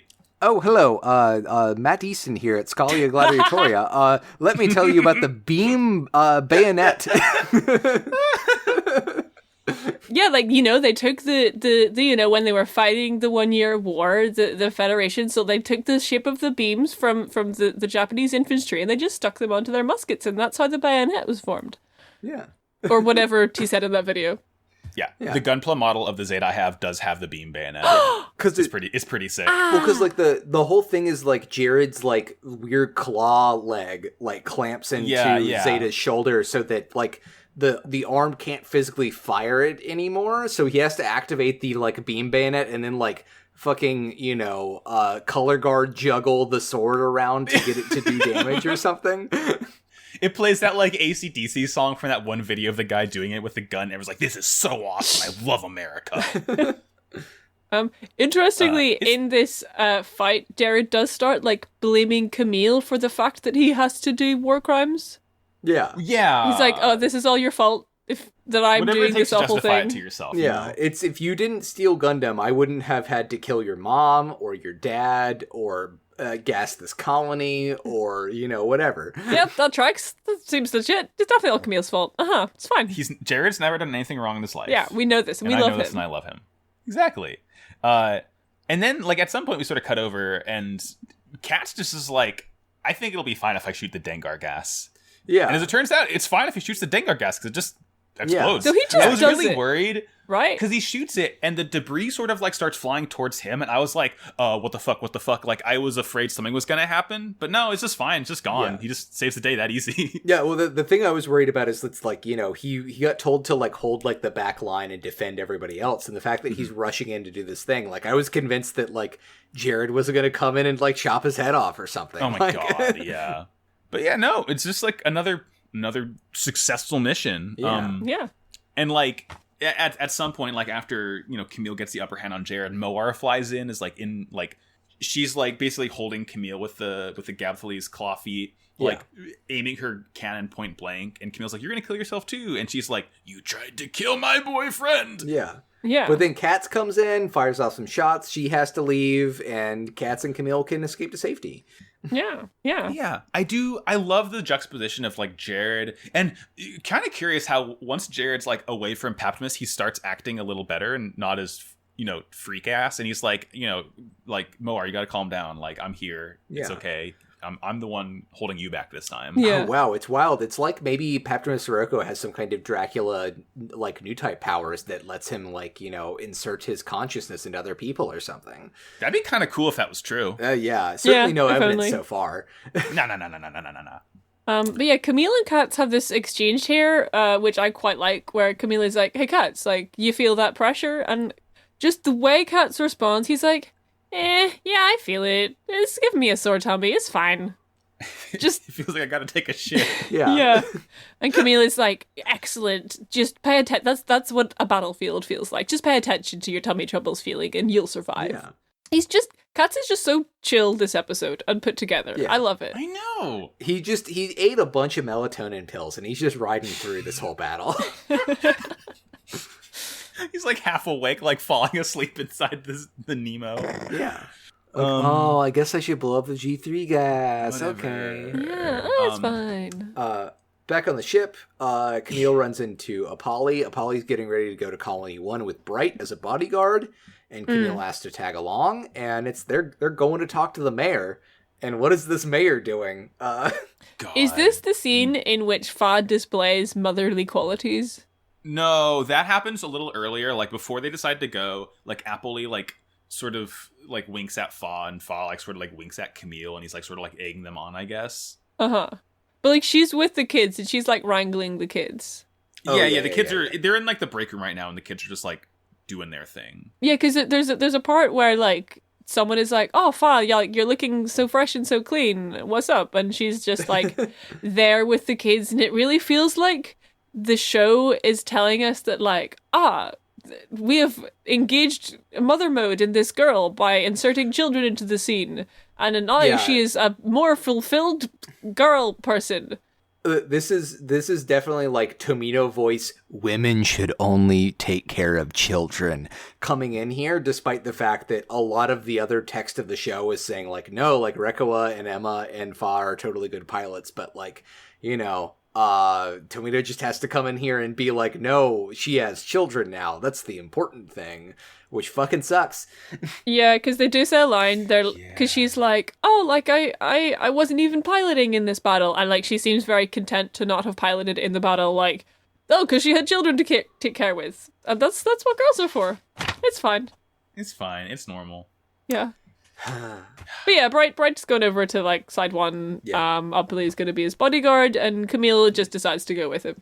The mayor is talking to the man that he had shot to be like, hey, you should take a raise and just act like this was a workplace accident instead of accusing me of a treason charge. And just, at the minute before he can even say anything, Bright walks in. Here we are. And Bright's just like, hey, I heard you tried to surrender to the Titans, yo. He's like, oh no, you it's like steamed hams. He's like, you must be mistaken. There was a traitor here who that man you just saw was hurt in trying to stop, which isn't untrue. And it's just like you get the feeling that Bright is like immediately seeing through this man's bullshit. Oh and yeah. He's trying to save himself, and he's just like, hey, listen, Titans ain't gonna save you in the long term. Please do not do this. Yeah, it's really Not funny do because this like thing. we have the like he's lying through his teeth. He's like, the Minovsky particles entirely localized with inside too, and like there's a sort of slow zoom in on Camille. Because sort of throwing back to whenever Camille could sense that Sarah wasn't lying. It's like sort of being like, oh, Camille can see through his lies. But then we cut to Bright, and Bright just knows what's up. Bright, it's so fucking obvious. It's good. It's good. Yeah, That's pretty it's much kinda it. Yeah. All right. Sarah, you get this episode title. Episode 30, Jared's Desperate Attack. It's gonna be a good I one. wonder what happens in this one. We're on the moon. We're on Moon. Yeah, we're in Virginia Oriental. Beach. Yeah, We're in Oriental restaurant in Virginia Beach on Moon. yeah, we've gone to Jade Villa. Quattro, excuse me, Who? Quattro and Wong are here. They're at one of the big dim sum tables. They're Yeah. enjoying a nice bottle of cognac. Quattro's wearing a royal blue jacket with a mustard tie and a powder blue striped shirt. It's a good fit. I like it. Yeah. It's kind of weird seeing him in blue and not red. Yeah, to it be is kind of honest. weird. Yeah, well, his peacoat's that like color scheme, so Yeah. Yeah. Okay. Yeah. yeah. But everyone's least favorite bastard, Melanie Hugh Carbine, walks in. Oh yeah, this guy. Oh yeah, sorry. Quattro is talking about how they need to avoid using aggressive tactics because at this point they need to like convince people that AU isn't a terrorist group. Yeah, and Mr. Wong is like in a bit of a state here, and we get some interesting Quattro backstory tidbits because Mr. Wong, when they're talking about negotiating with Axis or the former Xeon, he's like, "But Quattro, you're a former Xeon, you should know better." And I just think it's interesting to find out a little bit more about Quattro's backstory. Yeah. I guess he Yeah. was from side 7 or whatever. Yeah, it does or explain 3 why or- he's such a yeah. Yeah, it explains why he's such a good friend with Char Aznabel and knows who Lala Soon is. I guess this all kind of like checks out. He became boyfriends with Amuro after the war. We know that. Yeah. He probably grew up on side 3 with everyone. Yeah. Yeah, you look back in the day, he had Xeon Tinder. Met everyone. Yeah. Tinder. Um. They're all on Facebook. Ah! God. But the conversation here with with Carbine is that you're talking about how Axis is moving, and I guess Quattro's cockamamie scheme is to try and like ally them with Ayuk instead of the Titans. Yeah. And then they do a bit of a name drop of a character that I completely forgot existed. Oh, do you believe that those loyal to Minerva, the survivor of the Zabi family, can be honorable, that Quattro says? Dozel's kid, I forgot about Minerva! So hadn't forgotten about Minerva, but I didn't expect her to show up because surely she's 8 years old? Yeah, she's still baby. Yeah, well, we know Quattro's like an honorable man, and certainly wouldn't want to do anything untoward. But do you think that the experience he's had with Char Aznabel would rub off on him, where he would be convinced that he needs to kill a child for like political gain? It's like a child pope situation, Yeah. I'm sure Minerva's not the true figurehead. Who knows who could possibly be the figurehead that we might meet soon. I am looking away. Yeah. But yeah, and all this, Wong like storms out at being like requested to get the Argama involved in this whole situation. He's just so mad and upset and online about what's going on right now. Yeah, that's kind of the big lunch scene, dinner scene here. Yeah. Then we cut to Jared has been called to the principal's office. Yeah. And he's going to be deployed to go and do sneaky, hidey attack on the Argama by hiding in an old colony and sort of jumping out at them from behind in a very surprising manner. It's going to work great. Yeah. He's at first very mad probably be until fine. the captain of the ship is like, this is totally, Yazan's a decoy, you're the real mission, we're fucking him up, it's fine. Kill the Argama and then you get to kill Gundam. Yeah. Just indulge him. And Jared is like, oh, I got to kill Gundam? Oh, do I get to kill Gundam? Oh. And there's a scene with him and Mawa here. So they're sort of talking about how like she's worried that Jared is getting like obsessed with taking down Camille. Yeah. Like, he's extremely single-minded in this goal because, ever since in Green Noah 1 or 2 or whatever, when he took Gundam, like, that set Jared on this path. And it's like, at this episode, I was sort of like starting to realize that I almost feel like the rivalry between Camille and Jared is like better than the rivalry between Amuro and Char. Yeah. Because it's like, I feel like with Amuro and Char, there wasn't a whole lot to sort of base it on. Like, they just sort of show up to each other one day, right? Yeah. Like, they fight. With this, though, it's like, Jared killed Camille's parents. Camille stole, like, every bit of honor Jared used to have. So it's like, the basis of it, I feel like, is so much more real than just, like, two kids who don't like each other's vibes. Yeah. Well, Because it's... Like, I was... Between Char and Amuro, it was the thing there was like, oh... it was like skill in piloting and like, oh, I'm a really good pilot. I found someone who could maybe match me and I want to fight them because I like fighting. But this is like, there is actually antagonism between them. Yeah. They got bad blood, like the Taylor Swift song. And I think the thing that like especially sells it is like Jared's like goals are completely beyond actually defeating Camille. Like Jared wants to take over the Titans or whatever. But because of this intense emotional connection that he has with Camille, still feels like he has to defeat Camille before he can move on to do anything else. Exactly, yeah. Yeah. This little pesky twerp is blocking him from his goal. Yeah, just like Popsy Sirocco lives in Rekko's mind rent-free, Camille lives in Jared's mind rent-free and must be purged through killing. Yeah. Must be purged. And to that point, you know, despite all this, Moar is, you know, is like, hey, like, you know, trying to support Jared and saying, remember, Jared, I'll always be there behind you, which does confirm that Moar is pegging Jared. I'm happy that they have a healthy, loving relationship. Yeah. They do have a happy, loving, healthy relationship. Yeah. Currently. Present tense. Yeah. Problem? So, I think after this we cut to the Argama. And Well, surely after this we cut quick. to Moa launching. Yeah, we do. They go to launch in their mobile suits to get into this ambush position. And Max and Sarah, what's Moar's full name? What's her rank and name? Oh, right. Yugimo. In the name of the Pharaoh, I launch my mobile suit. Her name, in case you could not tell, if you're not watching along, her full rank and name is Ensign Moar Pharaoh. You know, from Yu-Gi-Oh! Like from Yu-Gi-Oh! Yeah. You know, just like, Seto Kai. And who else do we have? Oh god. I can't remember. We got a couple. Seto Kai, Pegasus Jared Sirocco. Wheeler. Yeah, Jared Wheeler. Pegasus Sirocco, Jared Wheeler. Yugimo. Yugimo. And Yeah. she launches and she goes, Yugimo! Yugimo! You know, Moar's been acting weird ever since she got that weird big-ass 4-pound necklace. I can't believe the Colin, we Millennium figured out. Puzzle is 2 kilograms. It is 4.4 pounds. Yugi's been wearing that thing for 8 years. He's a short king. He does plenty of squats. He has the strongest spinal erectors of anybody in any anime. Oh yeah, we said as much in the podcast. It's great. Never say to me the word spinal erector. So yeah, Yugi Moa launches in the Millennium Methus. Millennium Gabflay. The Millennium Gabfly. The Millennium Gabfly, yeah. And yeah, they go and hide in the colony to wait for the Argama. Yeah, they're sneaking.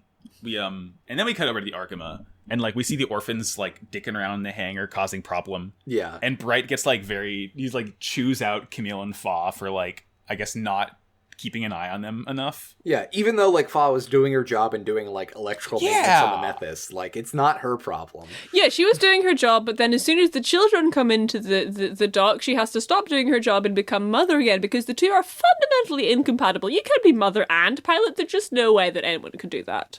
No. Absolutely not. You can't. You do not get two in this case. Pick one. Pick one, please.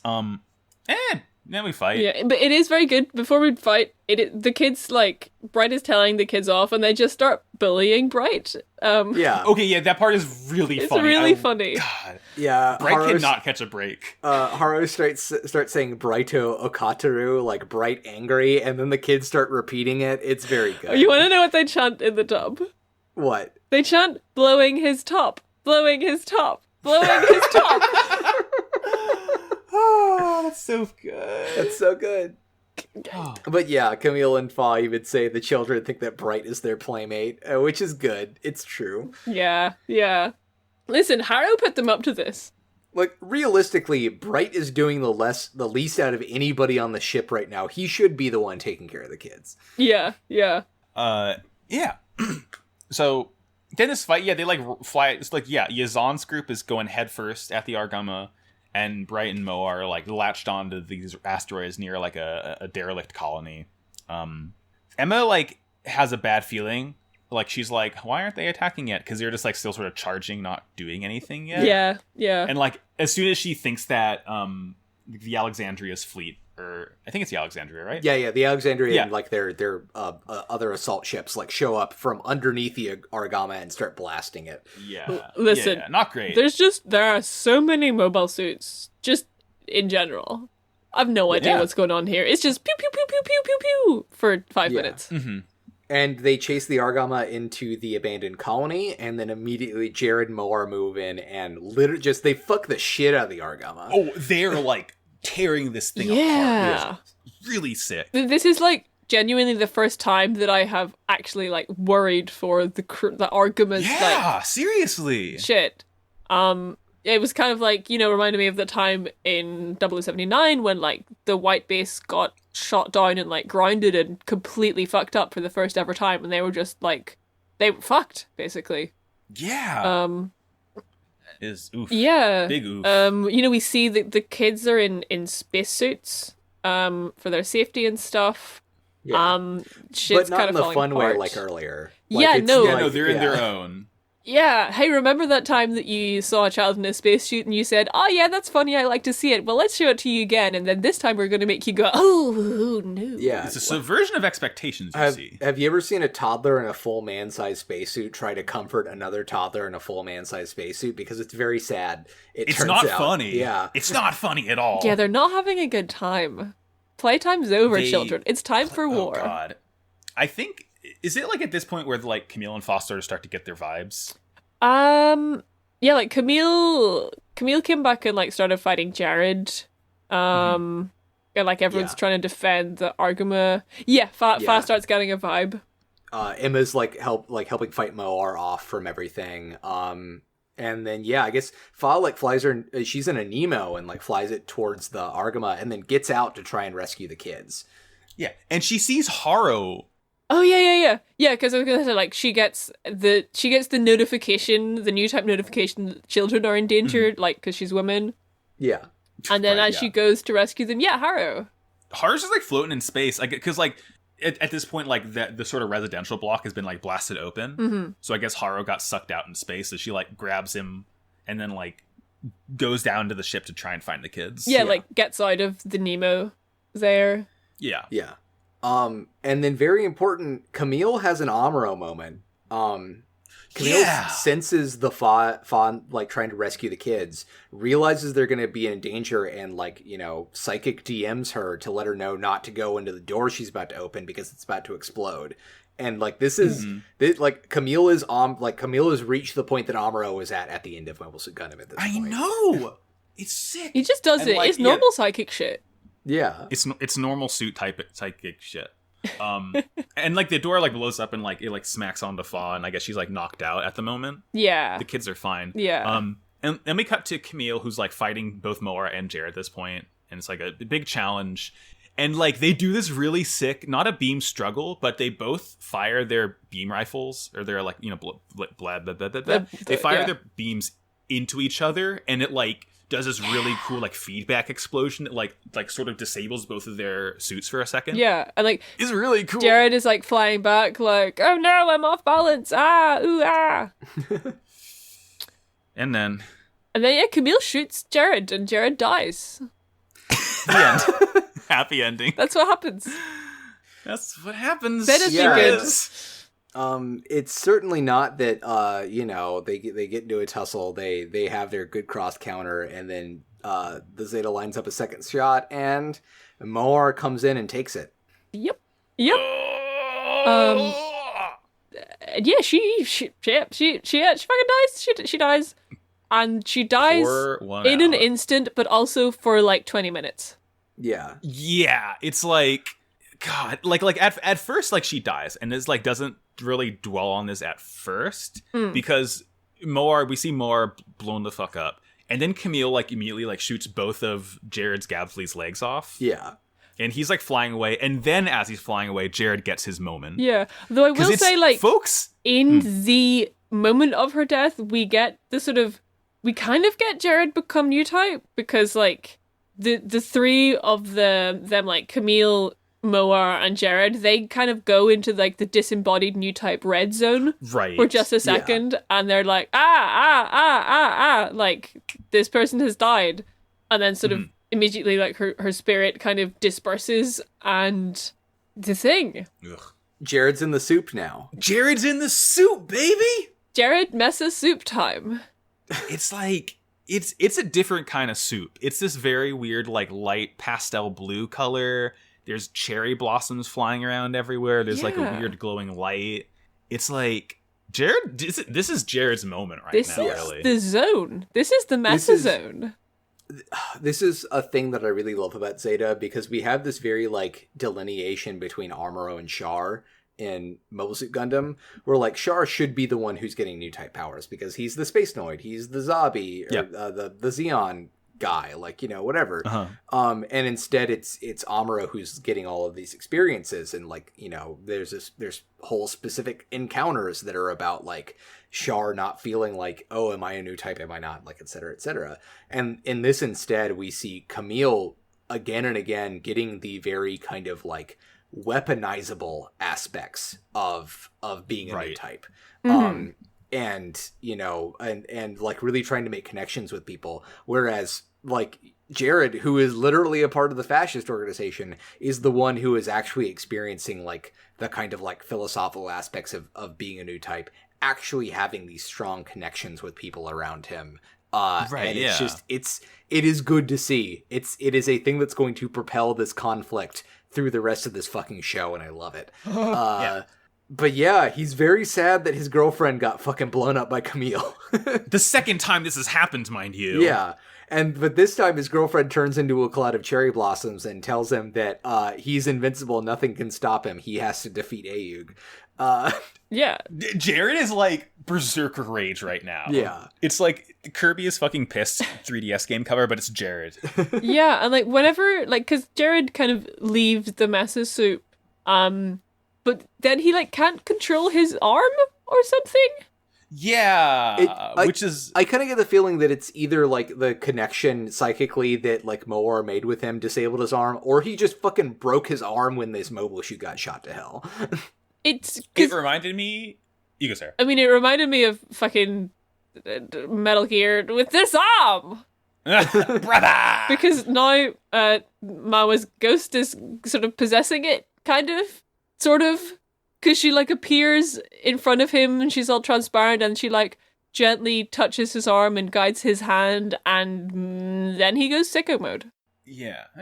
What it reminded me of, Colin, in Iron-Blooded Orphans at the end of Season 1, when, like, Mikazuki, you know, does too much of the Alive Yana system. Like, and the same sort of thing happens to him. It's like, oh, interesting. Hey, let me tell you, this situation, you're going to see a lot time and time again in every single Gundam. Let me tell you. Sometimes you just go a little too hard in Rebel Suit. It's fine. What of it? Sometimes somebody you care about dies and their ghost hangs out for a second. Curious. Certainly isn't the last time we're going to see this happen in even Zeta. Oh, God. But yeah, so, and this part, I was, like, extremely Enyaba sweating, because I was like, if Jared dies right now, I'm going to quit this podcast. Oh, it's like, that's the great thing about how the sequence plays out. It's like, yeah, they Camille explicitly like calls into Emma as like, hey, this guy's going fucking berserk, but he's going sicko mode in a way that isn't like he's acting stupidly. Like his mobile suit is like dodging between pieces of like debris to like stay out of the line of sight of the Argama, and like diving in and pulling out to like blow, to like really do damage. And when, you know, when fucking the Mark II gets the better of him and shoots his arm off too, like he accepts it. He's like, I've failed, I couldn't do it, I'm sorry, Moar, and like runs and like retreats. Yeah, because so it's like, the thing that Mawa said to him was specifically like, hey, Jared, you're the best, you're invincible. You have to survive so that you can become Titan King. Yeah. Yeah. It's like Jared was carrying 100 death flags and dropped them all to live another day. Yeah. Yeah. Jared really realized great. that defeating the Zeta and defeating the Argama is not going to be what gets him what he wants, and he is kind of like he's accepted being eternally owned. He's accepted being the beta male of the show to try and accomplish the things that he wants accomplished. And there's still horrible things where he's willing to gas entire colonies of innocent civilians, but we have a compelling villain. We have a very compelling villain here that isn't just touching like 18-year-old girls' faces and casting Dracula magic on them. Yeah, Yeah. we've got, there's the Zeta Gundam, and now we've got the Beta Gundam. God, Jared's such a good character. Love him. He flies off. He couldn't make it, and then he like ends up sort of like coasting, and he like looks out and he sees Millar's wreckage, and then then it hits him and he starts to cry. Yeah. It's very sad. Oh God. Yeah. It's very Poor sad. baby. We don't like to see it. You don't like to see it. The Alexandria sends a flare out to pull Yazan and all of his dudes back. So they're in full retreat at this point. And now we're just back to, everybody coming back to the bridge on the Argama. Back at it again at Argama. Yeah. Yeah, and this is an interesting sort of scene, right? Because Emma's here on the bridge, and like Emma's sort of talking to Bright, I think before Fa shows up. Or maybe like they're talking about Yeah, Fa, like- right? 'Cause Yeah. Fa's all Fa messed up. Fa's bandaged up. Yeah. Fa has not made it onto the bridge yet, and they're talking about what happened with Fa. Everyone's like, well, she did, she definitely like helped out. She did a good job piloting. She did abandon her, like Bright's like, she abandoned her orders during combat, and like, people are like, well, she saved the kids, she helped, like, she stopped like the residential area from taking extra damage. Like, Yeah, go she easy on fulfilled her natural role as a woman by protecting some children, and therefore she shouldn't be disciplined for it. And Emma does explicitly say, like, Bright asks her, like, hey, should she still be a pilot? And Emma's like, I don't think that this problem can be solved with correcting her. And Bright's, well, should she still be a pilot? And Emma's like, it's not my decision. And it just Up like to this, you, homie. Yeah, this whole fucking thing sucks. I'm smiling serenely. Can we just not let Fa do something good and actually commend her for it for once? Yeah. What? It's like how many other people, like, fucking Cats disobeyed a direct order in this exact battle, and we're not. I wonder yeah. what the difference between Cats and Fa is. Who could Well, possibly Fa's say? slightly older. Okay, yeah. So Yeah, that's probably it. Bright expects her to be a little bit more responsible than Cats, just because of that 1 or 2 years on them. And Katz's dad is Hayato, so like there might be some pull there, and it's certainly not The gravitational pull from Hayato's thickness. yeah. Cats has finally escaped Hayato's gravity. Yeah. It's certainly not just because Katz is a boy. It can't be that. Yeah.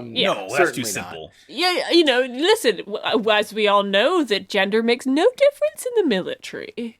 Yeah, clearly it doesn't. But Fawn needs to take care of kids and not pilot mobile suits. Clearly, Yeah. That's got Because- nothing to do yeah. with gender. Yeah, nothing to do with gender at all. Hate it. But yeah, the last thing that sort of happens in the episode in my notes is that Camille kind of reflects about how he killed Moa. He says this really weird line, which I don't understand. Yeah. Because he says, "Oh, I know what I saw. Those who are dead don't shed tears." What? Yeah, The fuck are you talking about, Camille? it makes a little bit more sense in the sub because like Okay. the run up to it is like talking about the suffering of people. Right. And then Okay. remarking on the fact that those who are dead don't shed tears. Okay. Which seems to be like Camille like recognizing that like, yeah, they're going through hell right now, but like the people they're killing don't even they can't even comment on it at Okay. that point. Okay, it's a bit more Also, sense. could it be that the tears that the dead don't get to shed are The Tears of time? Yeah, the tears. It is probably the tears of time. Impossible to say, etc. Are we gonna see them? I think we might see them. I think we might see the tears of time. I think Maybe. maybe Jared was shedding the tears of time. We got 20 episodes left, so who knows? Yeah. Time for some tears. time for some tears. It's also time for some segment. Okay. I got one today. Yeah. I got one today. Today I'm opening up my big funny book because we're gonna go beyond Toon World. You're going to love this. Trust me. Beyond Toon World!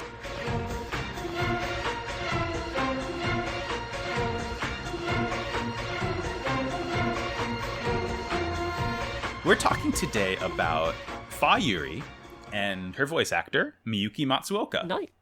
Miyuki Matsuoka We're here to was born respect March 4th, 1963 in Tachikawa, Tokyo. And the characters she voiced include Fa Yuri. Uh-huh. Yeah. And that's it, as it turns really? out. Oh, wow. Oh, no. So You let me got also one. tell you... Let me tell you about my wonderful fail son, Jared Mesa, and his voice actor, Kazuhiko Inoue. God, this who sucks. actually is like a very prolific voice actor. So Kazuhiko Inoue, born March 26, 1953 in Yokohama. I didn't get a ton on his sort of biography. All I do know is that he's been active since 1973, and he has very strong anti-war views. Good. Okay. Uh-huh. So, he does voice a character in Gundam, so that tracks. Uh-huh. Let me tell you the characters that he's voiced, because this man has the large wheelhouse. So one of his earlier roles, this is like more or less chronological. Mm-hmm. Colin, have you seen the Ideon series? I haven't. I know a lot about it. I've listened to people talk about it. I know that it was basically like after Gundam got canceled, that's the show that he got to make. And also it's the show that Macross stole like 90% of its ideas from. Yeah. That's all I know about Ideon. And also like the main character has a big afro and it rules. Okay, yeah. He voiced Hatari, Nabaru, and Ideon. No connection to me, but I just like, yeah, I'm sure someone will know that because it's Gundam tangential. In Legend of Galactic Heroes, he voiced Dusty Attenborough. Okay. We love Dusty. He voiced Prince Eric in the Little Mermaid movie. Okay. in Japan, in the dub. Or, the Japanese dub, rather. He was Professor Elm in Pokemon. Okay. The TV show. Mm-hmm. In The Iron Giant, he was Dean, who was like the sort of goatee artist guy. Oh my god. The main character in that movie. He feels like a Jared. Yeah. Yeah. Kakashi Hatake. From accounting class? From accounting From class. a coaching class. That tracks, because Kakashi has very tall hair. Yeah. He's been Kakashi from like day one. Yeah. Oh my god. Yeah. You could definitely convince me that Jared Mesa grows up to be Kakashi Hatake. He voiced a character called Dee in Yu-Gi-Oh! GX. Can't wait to meet them. Okay. Whatever their deal is. He voiced fucking Johnny Test's dad in the Japanese dub of Johnny Test, the just despicable Cartoon Network show that I hate because my little brother would do nothing but watch that when he was younger. Okay, yeah, valid. He voiced Angeal in Crisis Core Final Fantasy VII. I don't know if I can't imagine you played Crisis Core, Sarah. I don't know if you have, Colin, but like the only thing I ever played on PSP was a pirated copy of Monster Hunter. So okay, yeah. Angeal is sort of like the main character's mentor character. So he's a really big role. He voiced Gildarts in Fairy Tail, who's like just big powerful dude, whatever. He voiced Cars. What? In JoJo, yeah. Kind of a Cars one on this one. Bit of a Cars one. Kind of a Cars one. And again, big hair. I guess more long hair than big hair, but I accept it, What if Jared had to wrap his hair up in a turban because it was too strong because it had defied too much gravity? Hey, I'm thinking about it. Couple more roles. He voiced Samuel Drake in the Japanese dub of Uncharted 4 and Lost Legacy. The main character's secret brother that you don't meet until the last game. Mm-hmm. We love to hear it, yeah. And finally, his most latest role, or one of the most latest roles, he was the teacher from Eizouken. The dude who just like hangs out in his like that beat up car the whole time. Oh. That's him. That's Jared. Yeah, no. Jared Mesa to Hatake Jared Mesa to Hatake Katashi. Oh God. Try it Take again. another run at it. Jared Mesa to Kakashi to the teacher room Eizouken sounds like a pretty accurate kind of trajectory for That's a the career. trajectory. He just got really tired after the war. He's like, fuck this. I just want to chill out and do nothing. But he still wants to teach because, again, we do see him teach a class in this episode. So it checks out. Yeah, gets tired of teaching, becomes the ultimate life form, gets tired of being the ultimate life form, and also he's in space. I guess Cars did get to go to space. Huh. Curious. And then I'm sure that road leads to teaching you again in some way. So yeah, Eventually, yeah. tracks. Yeah. Thank you, Kazuhiko Inoue. Thank you, Miyui Matsuoka, for your services. I'm saluting with both of my hands because there's two of you this time. Me too. We're also, a third hand is coming up to salute for Fa for only having one voice actor role. God. Justice for Fa. Justice for Miyuki Matsuoka. I'm glad we're finally saying justice for Fa on the podcast. She deserves it. She deserves it. We're getting that in preemptively before she gets completely screwed. Yeah. Oh no. Oh no. Yeah, that's I didn't see that this segment.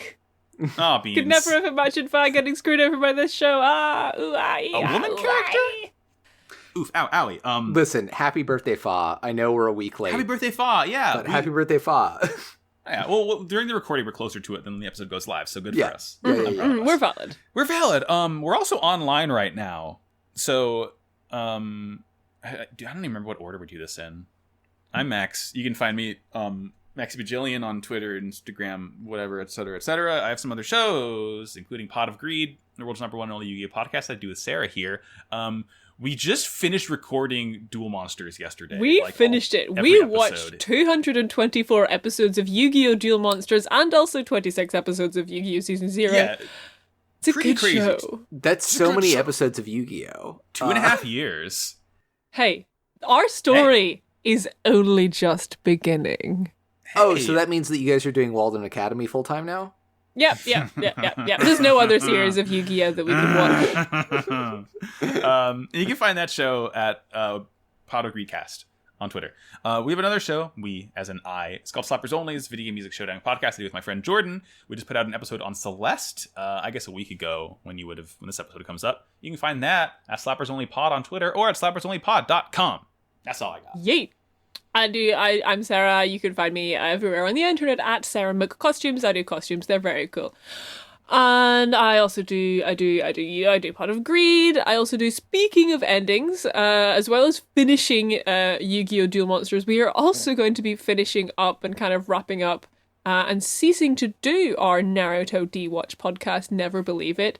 But there's still some really good content. We made a really good show, and you can go and catch up on that if you go to @ChurchofNart on Twitter, or just search for Never Believe It in any of your podcatchers. We made a masterpiece. It's beautiful. You should go check it out.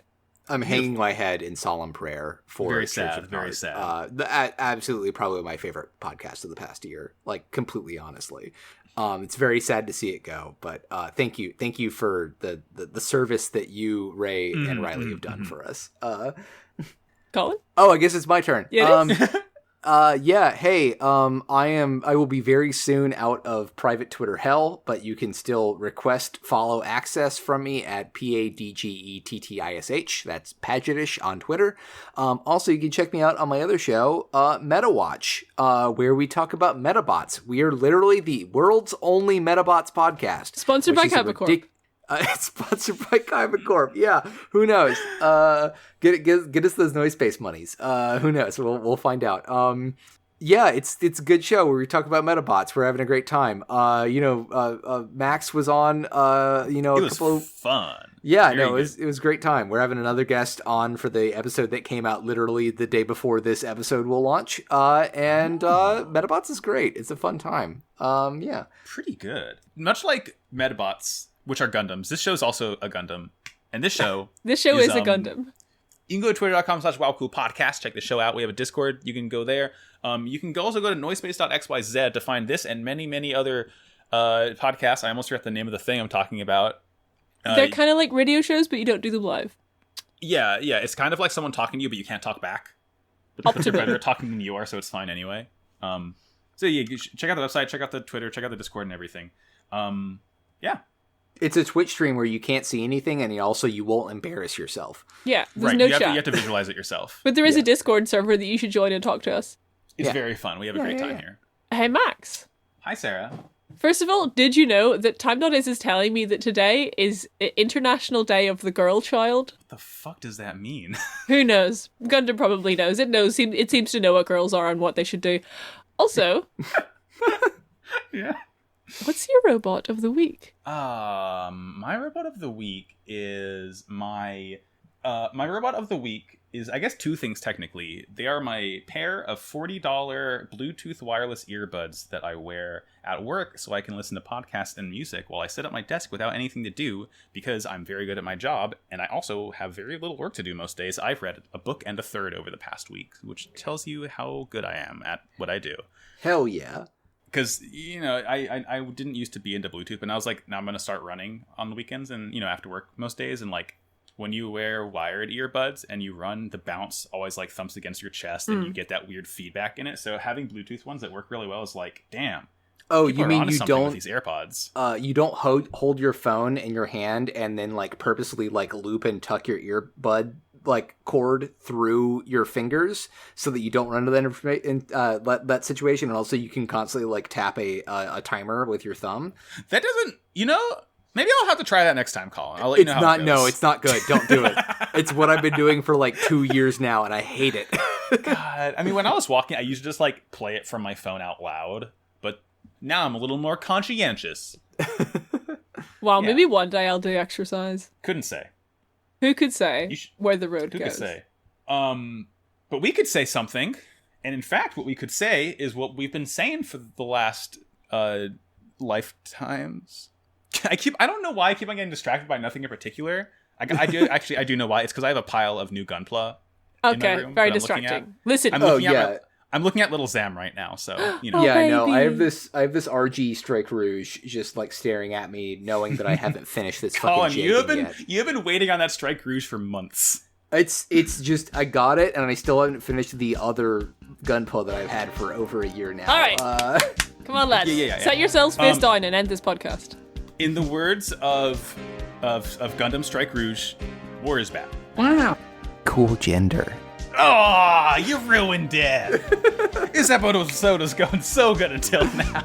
You had to bring gender into it? Ugh. Oh yes, I'm the person that brought gender in Yeah, this Colin, episode, why and did not you bring gender in here? Certainly Yoshi.